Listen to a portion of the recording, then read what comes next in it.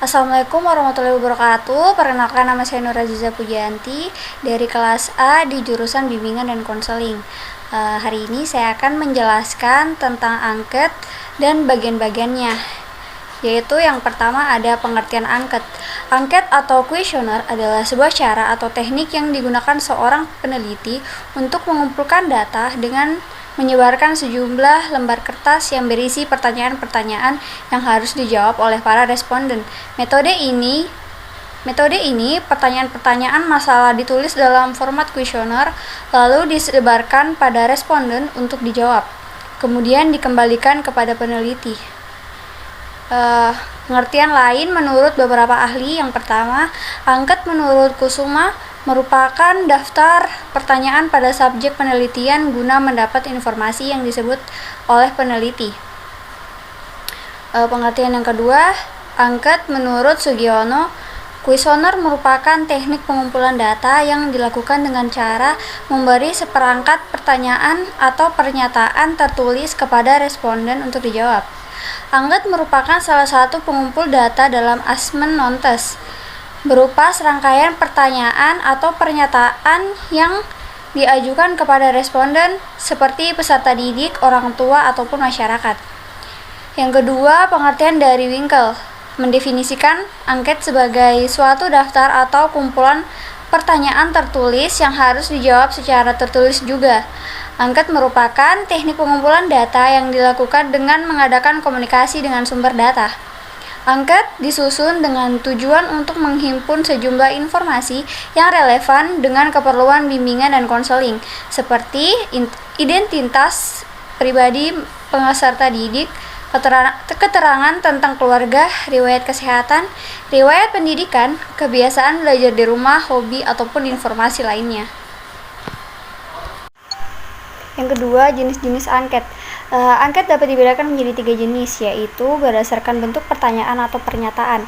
Yang kedua, berdasarkan distribus. Yang ketiga, dilihat berdasarkan bentuknya.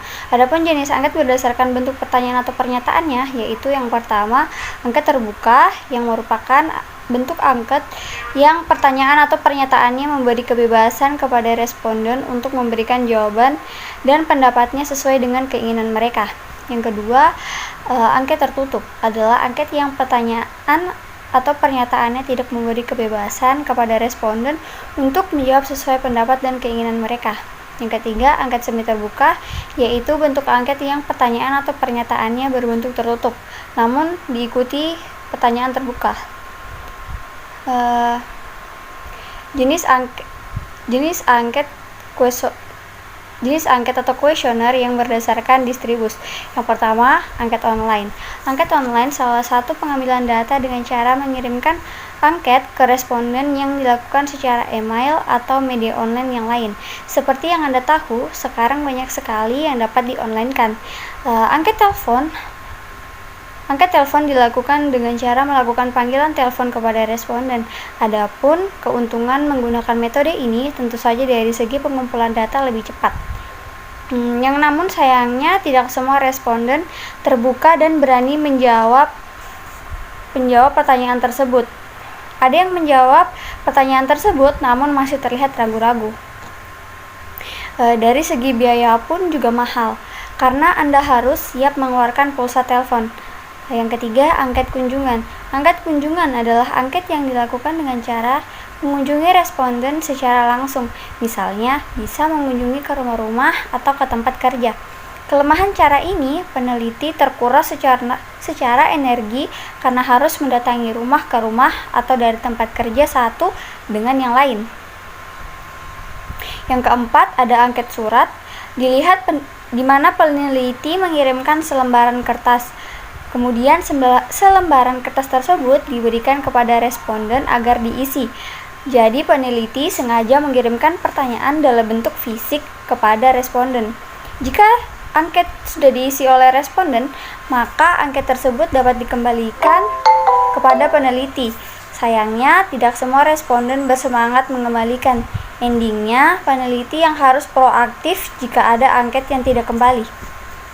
Jenis angket berdasarkan bentuknya. Yang pertama, kuesioner pilihan ganda. Kuesioner pilihan ganda sesuai dengan namanya Kuesioner pilihan ganda adalah angket yang dibuat dalam bentuk pilihan ganda.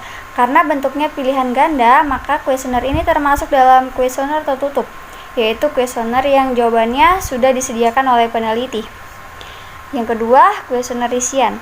Sementara yang dimaksud dengan kuesioner isian adalah kuesioner yang memberikan kebebasan kepada responden untuk menjawab.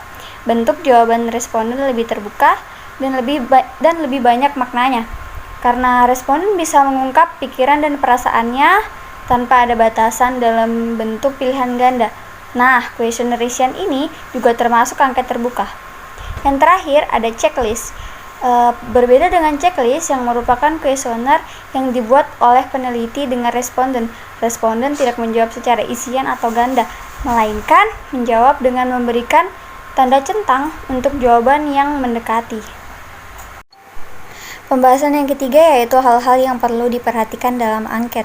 Hal lain yang perlu diperhatikan dalam penyusunan kuesioner antara lain yang pertama, pertanyaan-pertanyaan yang disusun dalam kuesioner juga harus sesuai dengan variabel-variabel penelitian yang biasanya sudah didefinisikan dalam definisi operasional yang mengandung indikator-indikator penelitian sesuai dengan permasalahan penelitian. Yang kedua, tiap pertanyaan dalam kuesioner adalah bagian dari penjabaran definisi operasional, sehingga dapat dianalisa dengan tepat untuk menjawab permasalahan penelitian.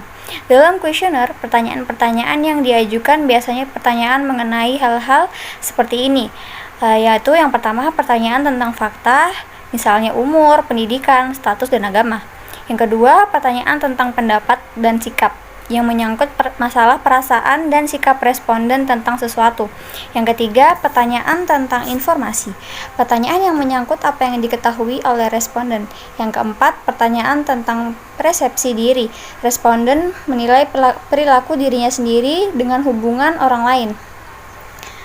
Ditinjau dari segi pemakaian kuesioner, ada beberapa cara yang bisa dilakukan oleh peneliti. Antara lain, yang pertama, kuesioner digunakan dalam wawancara tatap muka dengan responden.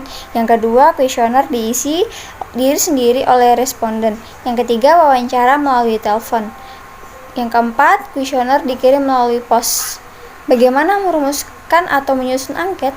Ada beberapa hal yang perlu diperhatikan, antara lain, pakailah bahasa yang sederhana yang dapat dipahami oleh responden. Yang kedua, pakailah kalimat yang pendek yang mudah dipahami.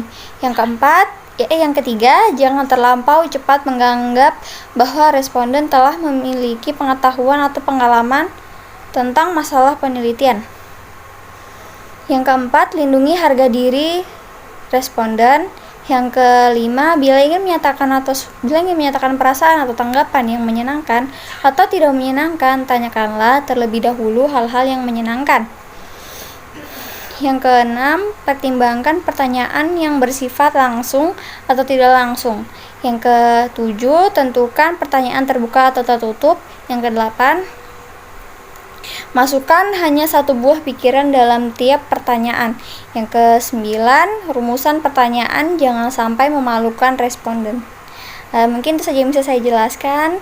Lebih dan kurangnya mohon dimaafkan. Saya akhiri dengan wabillahi taufiq wal hidayah. Wassalamualaikum warahmatullahi wabarakatuh.